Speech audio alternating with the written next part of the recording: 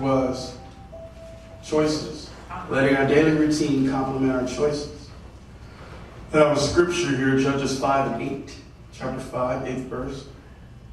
And it kind of resounds kind of funny. Not resounds, it kind of reads funny.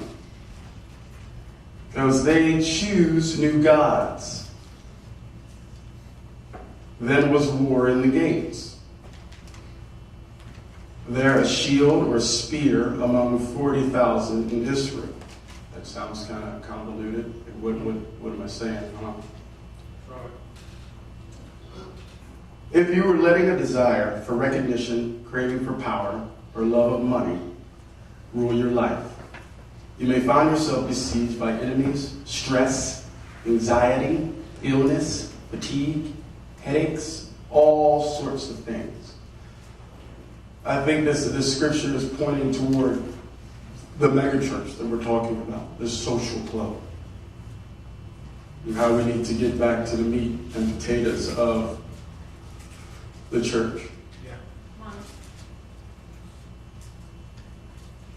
I'm convinced that life is funny. And life is funny because it honestly boils down to choices. There's a handful of choices we can make.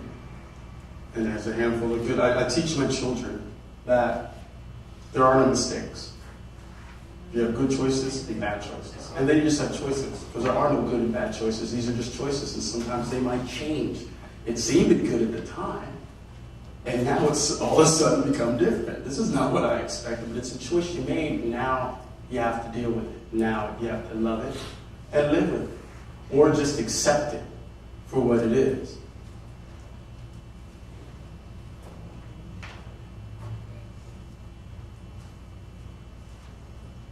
There's another scripture that I don't want to get too heavy on, but it's not one. I don't have any favorite scriptures, and I'm new at this, so again, bear with me.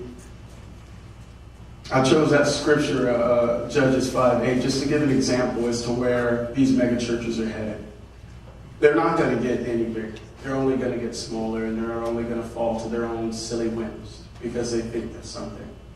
And we can't really pay too much attention to them. We can only pray for them. There's another scripture that's interesting to me, and it's John 13, 1 John 13 through 20. And it's just a section on how His Majesty, well, I'll read it to you.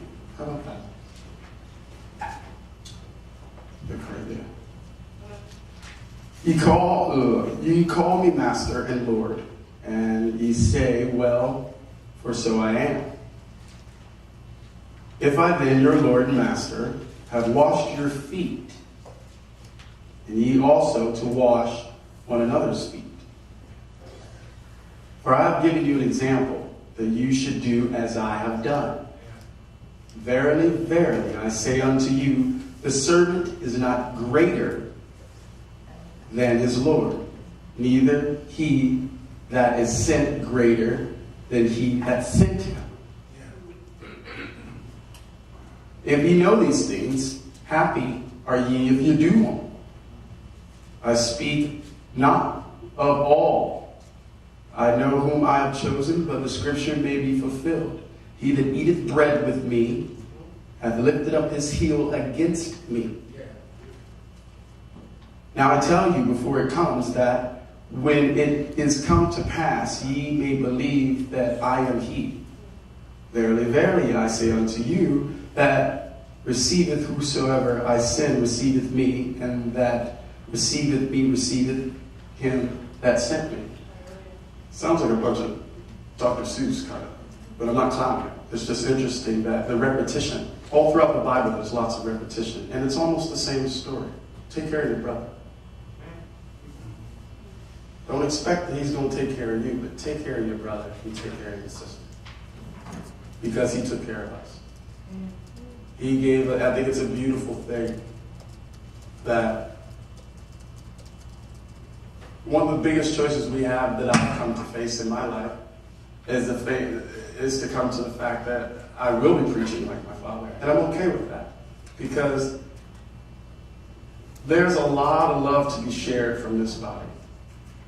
Meaning me and my spiritual body. That things that just roll through from my mouth something through my body that I didn't even know I was capable of. But it's interesting, the choices that we choose not to make for our brothers and sisters. Like if someone were to call you up and may he be in trouble or may he not be in trouble. And you have an inclination in the back of your head, something sounds amiss, but you don't ask. Are you that concerned? Are you seriously that concerned? But you'll talk about it amongst your other friends. Well, you sounded kind of funny on the phone. Or if you were that concerned, why didn't you ask? These are the choices I'm talking about. The little itsy-bitsy choices. When you see a man rolling down the street, yeah, he smells like booze, who cares? Did you say hello to him? And you see him every day. And you see him every day. Are you checking on his well-being? Or are you afraid he's going to rob you or get some of this booze juice on you? We don't know. We don't know. We're all just as carnal as that drug addict smoking crack right around the corner. Well, because we don't know if any one of these members in our church, anybody in this general body, could just flip right after service. Amen. You wouldn't even know it. You know, it would make any sense. We don't have that control. So what I'm suggesting to everybody is try to gain that control in our routines of our lives. So we're not going backward. We're going forward. Yeah. We have to gain control in our lives in order to remind ourselves on the daily that Christ is real, Christ is risen, and is risen through us. And if we don't walk out of our house as a shining representative of His majesty, of His ways, and of His principles, we're not walking in the right direction. We're not paying attention to that little voice in our head.